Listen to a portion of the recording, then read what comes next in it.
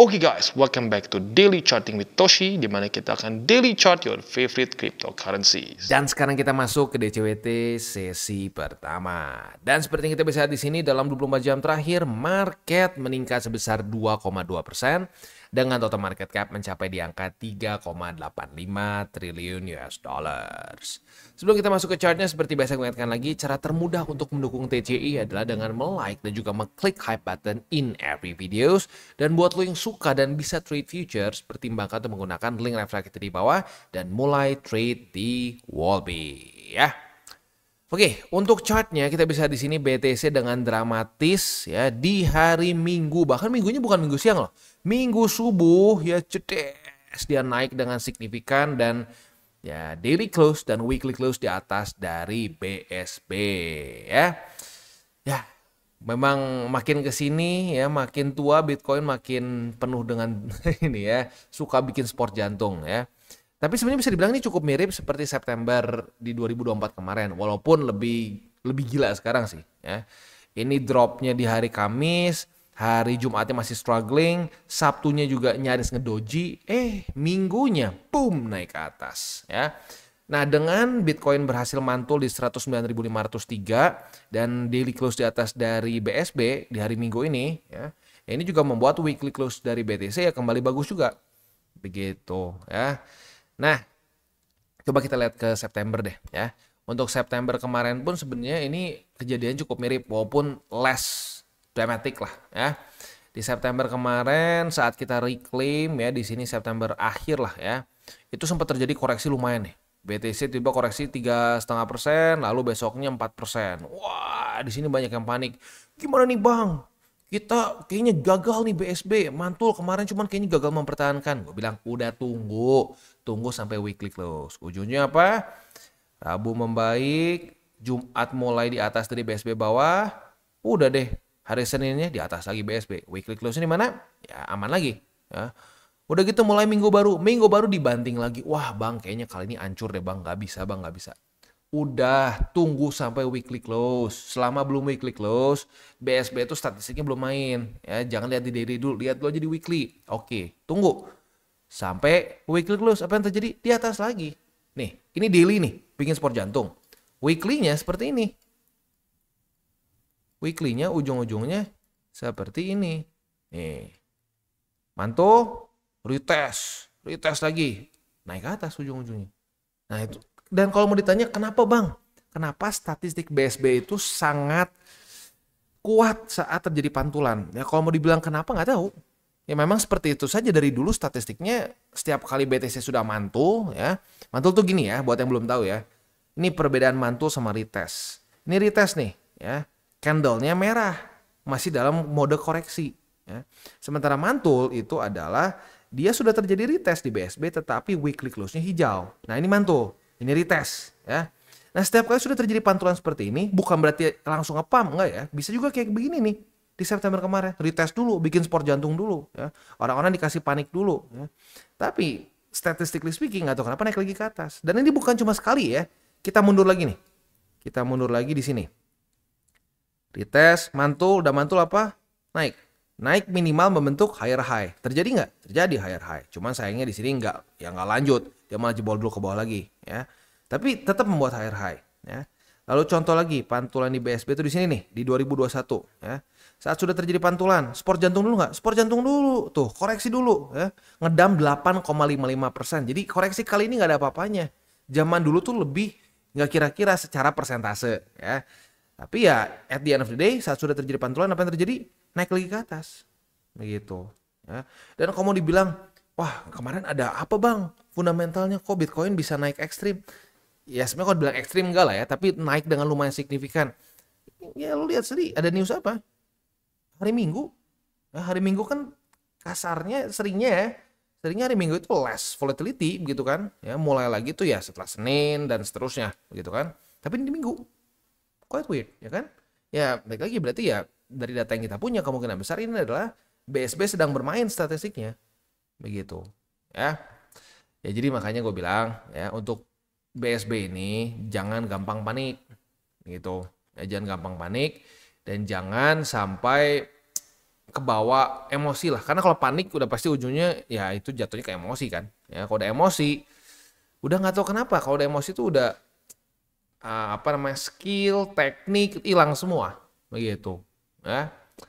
Jadi ya congrats buat kalian yang sudah melakukan akumulasi lagi ya, terutama yang sudah akumulasi di BSB bawah ya. Ya ini sih apa yang terus melakukan itu adalah orang-orang yang sudah bareng-bareng sama TCI dan bareng-bareng melihat apa yang terjadi di market kan, statistiknya seperti apa, the futility of nebak-nebak gitu ya. Apa futility itu ya? Kayak nggak ada gunanya nebak-nebak begitu. Jadi saat turun ya nggak takut, terus aja akumulasi lagi begitu ya. Sip. Nah sekarang PR-nya adalah gimana nih supaya bisa mereclaim lagi EMA 20 dan 50 ya. 50-20 di reclaim kembali jadi support. Nah udah tuh, itu sangat ideal ya. Itu aja sih sekarang PR besarnya. Atau ya kalau mau lebih ke sekarang PR-nya ini dulu deh, 112.000 sama 111.700-an. Ini dua-duanya reclaim dulu baru naik sampai ke EMA 50 dan 20 gitu. Kalau itu bisa terjadi, 50 dan 20 sudah menjadi support lagi, ya all good gitu ya. Dan ya sepertinya bulan September semakin udah semakin mendekat ya. Sudah semakin mendekat ke akhir, sehari lebih 21 jam lagi. Kita lihat apakah akan terjadi monthly close yang hijau atau tidak ya. Dan ya ini untuk pertama kalinya ya, kayak kebalik nih. Agustus yang bulan bullish biasanya ini malah koreksi signifikan lagi 6,46% ya, ngedam 6,46%. Sementara yang biasanya bulan yang nggak terlalu malah bulan yang biasanya bisa dibilang nggak terlalu bagus ya, bahkan sampai di nicknamein September ya, malah cenderung oke this post halving year ya. ya kadang-kadang market suka ngasih curveball ya. Oke, yang penting satu, kalau lo DCA capek nggak, stres nggak harusnya ya. Jadi that's the beauty of DCA, bahkan saat kondisi tidak normal pun, tidak seperti statistik biasanya pun tetap aman begitu. Dan selain dari statistik monthly, kita juga kan ada statistik seperti BSB dan lain-lain lagi ya. Jadi ya sebenarnya masih sangat aman sekali gitu ya.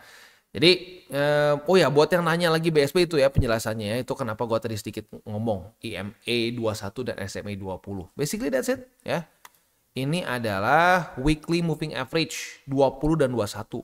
Yang 20 tuh simple, yang 21 exponential. That's it.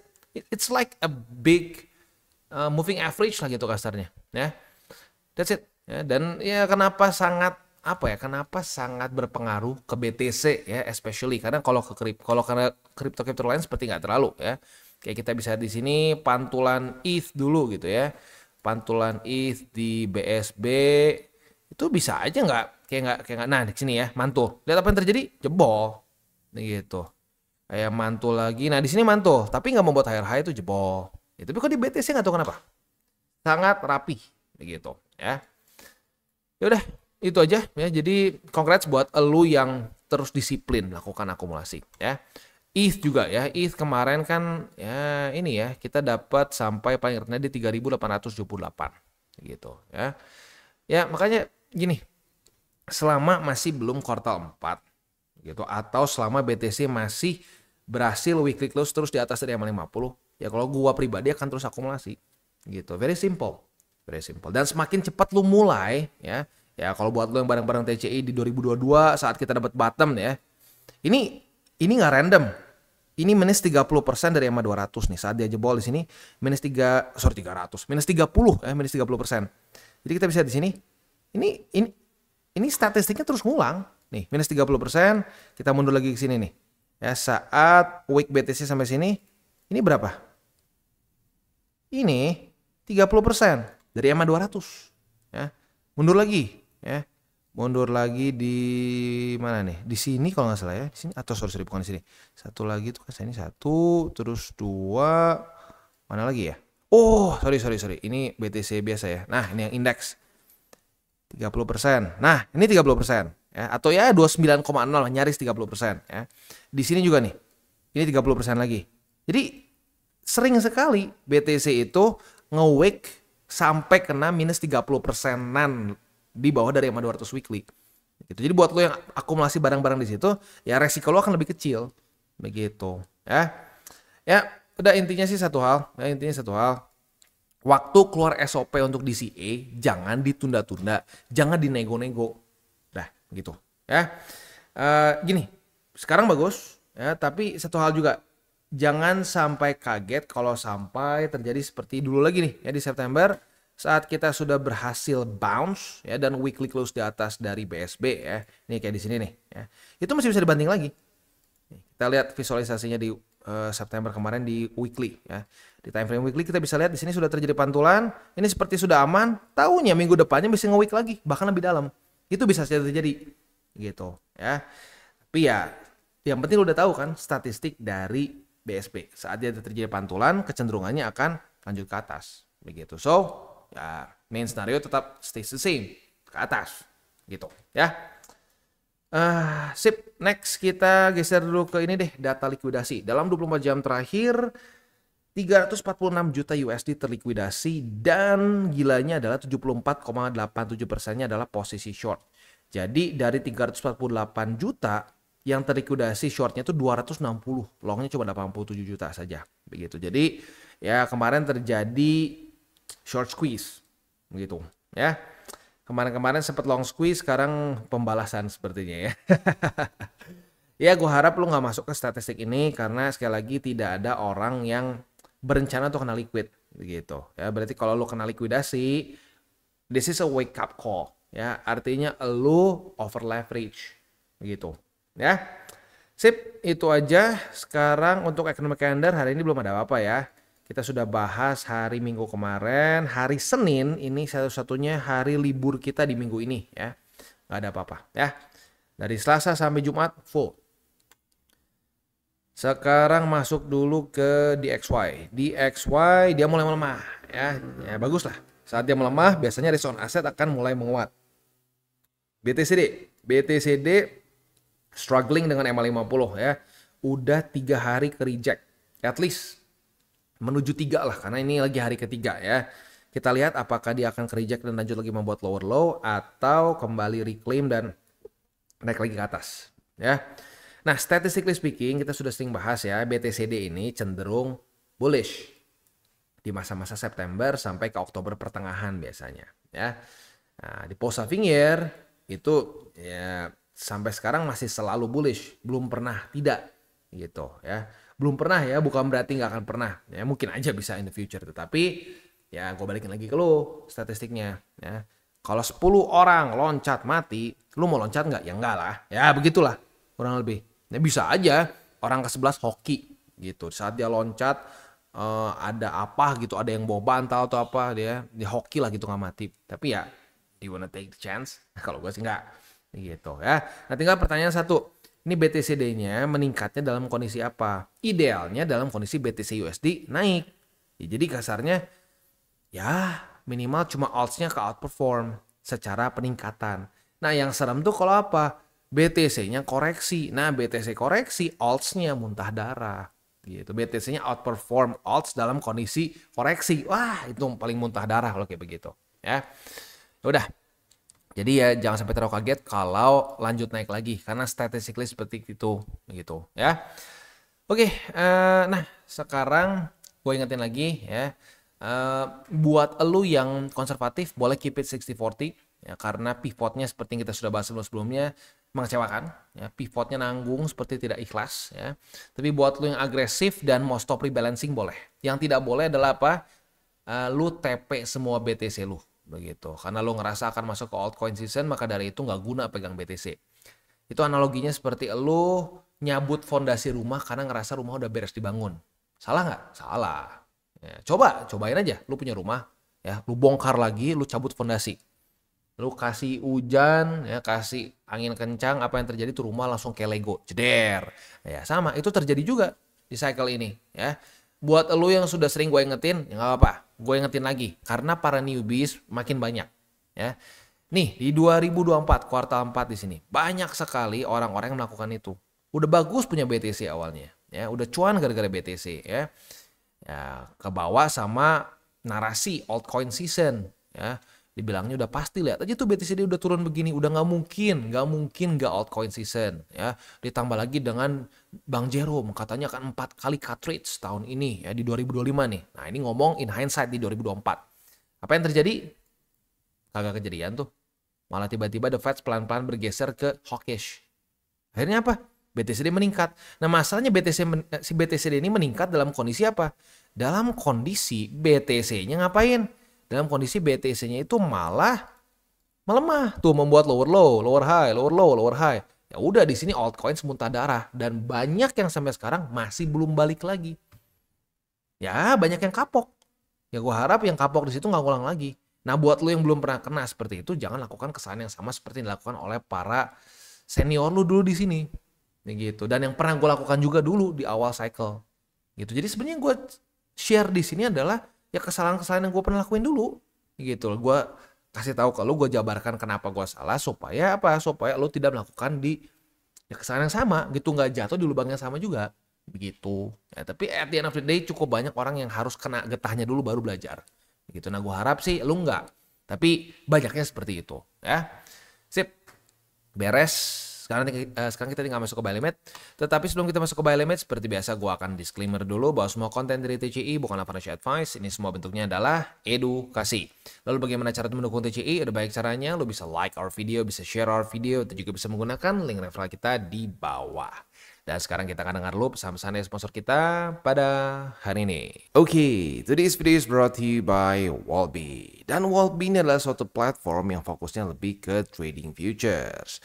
Nah, tapi yang berbeda dari platform lainnya adalah Wallbe ini menggunakan ChatGPT-4 untuk membuat AI signals di sini ya. Dan yang unik lagi dari AI signals ini, kita bisa pilih sesuai dengan risk profile yang kita inginkan ya. Mulai dari low risk, medium risk, bahkan sampai ke high risk begitu. Jadi bisa disesuaikan dengan resiko yang kita inginkan. Dan yang unik juga di sini adalah kita bisa lihat mulai dari TP dan SL-nya gitu ya. Contoh Mami, TP-nya 5%, SL-nya minus 1%. Nah, jadi sudah lengkap TP SL. Nggak cuma sekedar bisa buka posisi saja, tapi sudah ada parameters untuk SL-nya juga begitu. Dan tentunya ini akan meningkat sesuai dengan risk profile yang kita pilih. Contoh kita lihat Carlos. Carlos ini medium risk. Nah, otomatis secara TPSL-nya pun berubah. Dan tentunya paling tinggi adalah MC Whale, di mana di sini TP-nya bisa sampai 40% dan SL minus 16%. Jadi sekali lagi cocok untuk berbagai macam jenis resiko gitu ya. Nah, tapi andaikan lu merasa bahwa oke, gue udah biasa trading nih ya, gue udah bisa dengan SOP gue sendiri, lu pun bisa trade dengan manual ya seperti biasa ya, di mana lu membuka posisi sama persis seperti di platform-platform lainnya. Tapi unik di sini adalah mereka itu ada TP dan SL triggers yang bisa di set juga dengan AI ya. Nah, selain itu juga mereka ada meme pool. Meme pool ini basically adalah kita bisa trade berbagai macam meme coins tanpa kita harus deal with the hassle of DEX begitu. Jadi lebih streamline dan lebih mudah begitu. Tapi baik lagi mengingatkan untuk meme pools ya kita harus tetap atur resiko juga, karena meme pools ini banyaknya dalam meme coins yang benar-benar masih sangat baru begitu, secara market cap cenderung kecil dan banyaknya yang belum masuk ke checks begitu. Jadi makanya gue bilang lebih terasa seperti kita bisa menggunakan DEX tapi lebih mudah begitu. Dan yang paling penting lagi adalah di di Wallbe ini mereka ada namanya rebate voucher. Biasanya hanya 100 USDT saja, tapi bagi lo yang menggunakan link refraktor di bawah atau dengan menggunakan kode Toshi Crypto ya. Sekali lagi dengan kode Toshi Crypto, kita akan mendapatkan upgrade dari 100 USDT menjadi 250. Jadi buat lo yang tertarik untuk coba Wallbe, boleh pertimbangkan untuk menggunakan link referral kita di bawah. Dan sekarang kita masuk ke Bitcoin. Untuk Bitcoin, posisi long kita sudah profit ya, yang konservatif maupun yang agresif. Buat yang konservatif, profit sebesar 0,66%. Buat yang agresif, profit sebesar 2,1%. Not bad ya. Itu untuk setup posisi long kemarin.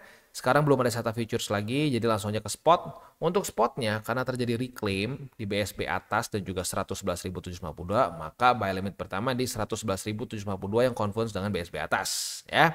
Lalu untuk yang kedua di 109.503 dan di 107.274. Next, Ethereum. Untuk Ethereum, posisi long kita belum kena target TP sebenarnya ya. Retest 1, retest 2 di sini kebuka posisi long. Target TP-nya di angka 4.219,2. Ya, jadi bisa kita tunggu saja sampai ya semoga kena retest sana dan kena target TP ya. Nah, untuk posisi spotnya ada di angka 4.009,4, lalu di 3.878,9 dan di 3.767,2 ya. Itu kurang lebih untuk setup futures dan spot di Ethereum ya. Ya, sekali lagi gue harapkan kalian itu saat kita jabarkan nih support-supportnya nggak cuma ditonton doang. Nah, ini masuk ke wejangan juga lah ya. Bagi kalian yang konsisten lakukan akumulasi, apa yang terjadi? Tiba-tiba profit kerasanya. Itu buat yang para newbies ya. Buat yang intermediate sampai ke advance yang lu sadar karena harga rata-rata turun gitu. Tapi buat yang para newbies yang learning by doing juga, yang masih belajar juga, tapi lu tetap DCA ya, lu konsisten DCA, lu bisa tiba-tiba kaget, gila bang, tiba-tiba gue profit bang, padahal gue pertama beli tuh di atas ini. Nah, itu sekali lagi adalah efek dari harga rata-rata. Yang dicari dari seorang investor itu bukan lu beli di paling tinggi di mana, itu nggak penting. Sekali lagi, itu nggak penting. Nih, ada orang DCA, misalkan dia DCA paling tinggi di angka 119.272.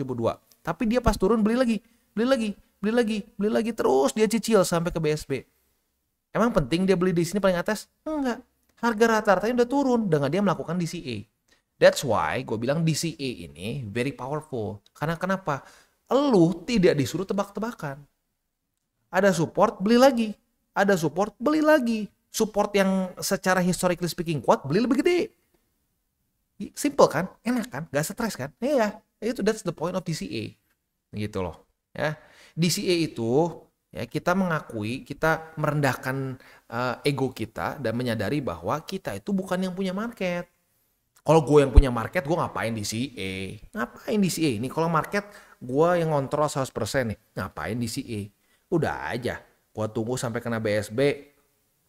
Jangan cuma, kalau bisa jangan cuma all in spot, udah aja gue all in, leverage maksimum, ngelong, jebret naik ke atas kalau gue tahu percis market ya. Terus nanti udah titik tertentu nih, gue udah tahu percis akan berhenti di 117.000. Gue short, gue tutup long, gue short. Itu kan kalau orang yang bisa ngerti percis market kan. Faktanya nggak ada yang bisa kayak begitu. Makanya banyak yang liquid. Nah, orang-orang yang liquid adalah orang-orang yang seringnya berpikir dia itu Tuhannya market, dewanya market. Gitu, dia pikir market akan mengikuti kehendak dia. Nah, ya semakin lu cepat sadar bahwa kita tuh hanya partisipan saja, ya partisipan biasa di market, bukan siapa-siapa. Ya semakin lu cepat sadar mengenai hal itu, lu makin cepat profit. Gitu. Ya, jadi ingat, technical analysis, fundamental itu penting, ya. On chain juga ngerti itu juga bagus, ya. Tetapi yang orang suka skip adalah mindset. Mindset salah akan tetap berantakan. Ya, gue tutup lagi video kita pada hari ini dengan cerita teman gue. Ya, ini cerita yang paling sering gue ulang. Kenapa? Karena gue harap ini nancep di kepala lu semua. Ya, jadi ada satu teman gue, itu gue akan akuin dengan sangat mudah bahwa dia tuh lebih pintar secara TA dan fundamental. Lu tanya fundamental apapun, lu tanya TA apapun, indikator apapun dia ngerti. Gila, pinter sekali. Ya. Apakah sekarang jadi juragan sangat kaya? Enggak. Hancur-hancuran sekarang. Atau lebih tepatnya sedang hancur-hancuran. Nanti berapa lama lagi kena jackpot, lumayan jatuh lagi. Lumayan jatuh lagi. Itu orang pinter, lebih pinter daripada gua. Lebih pinter, lebih mengerti daripada gua. Ya. Tapi mindsetnya salah. Mindset itu nyari jackpot. Mindset itu judi. Jadi TA yang luar biasa pun, lu ngerti semua indikator pun, ngerti semua fundamental, ngerti semua korelasi pun, tidak bisa ya menutupi kecacatan paling besar. Ya itu apa? Mindset yang salah. Begitu. Ya. Dan masalahnya yang paling seremnya apa? Kalau lu ngerasa fundamental dan TA lu udah jago, lu makin nggak ngerasa mindset lu salah. Karena lu mikirnya, nggak mungkin gue salah. Orang gue lebih pintar daripada lu, secara TA gue lebih pintar daripada lu fundamental. Ya tapi dasarnya udah bobrok ya susah. Itu kayak membangun rumah di tanah yang nggak bener gitu. Tanahnya itu fondasinya jelek gitu. Jelek untuk bikin rumah. Itu apa sih contohnya tuh yang nggak bagus tuh ya? Mungkin tanah berpasir gitu ya. Nggak bagus kan? Ya, kayak Menara Pisa itu miring katanya kalau nggak salah kan gara-gara itu si tanahnya tuh nggak ideal gitu kan. Ya. Nah ya itu, lu membangun teknik TA yang bagus, fundamental yang bagus, tapi di tanah yang salah, ya nggak akan jadi apa-apa. Miring sudah. Ada yang tinggal di Menara Pisa? Nggak ada, karena bahaya gitu loh. Ya, jadi gue harap lu mau benerin mindset juga, ya karena TA, fundamental itu benar penting, tapi secondary itu mindset. Ya. Oke, kita tutup dengan 3 golden rules. Jangan pakai uang panas, jangan over leverage, berpikirlah jangka panjang. Itu juga penting ya. Dan yang terakhir, saham tabur tuai. Ingat, apa yang lo tabur akan lo tuai, jadi taburlah sebanyak mungkin hal baik. Oke guys, jadi itu adalah akhir dari segmen DCWT kita pada hari ini. Dan jangan lupa bagi kalian yang merasakan manfaat dari segmen ini, jangan lupa untuk share ke teman-teman kalian. Dan apabila lu pengen mensupport channel kita, ya TCI, jangan lupa untuk menggunakan link referral kita di bawah. Nggak wajib, ya, tetapi apabila lu menggunakan link referral kita di bawah, ada macam-macam, ya, dari Bybit, Huobi, Maxi, toko kripto, dan banyak lagi, ya. Ya, walaupun nggak wajib, tapi kalau menggunakan link referral kita, lu secara langsung membantu perkembangan dari TCI. Dan satu lagi, jangan lupa juga untuk join Telegram group kita, di mana kita bisa ngobrol-ngobrol santai mengenai dunia cryptocurrency secara 2 arah. So, jangan lupa untuk like, subscribe, klik the bell icon, and see you on the next video.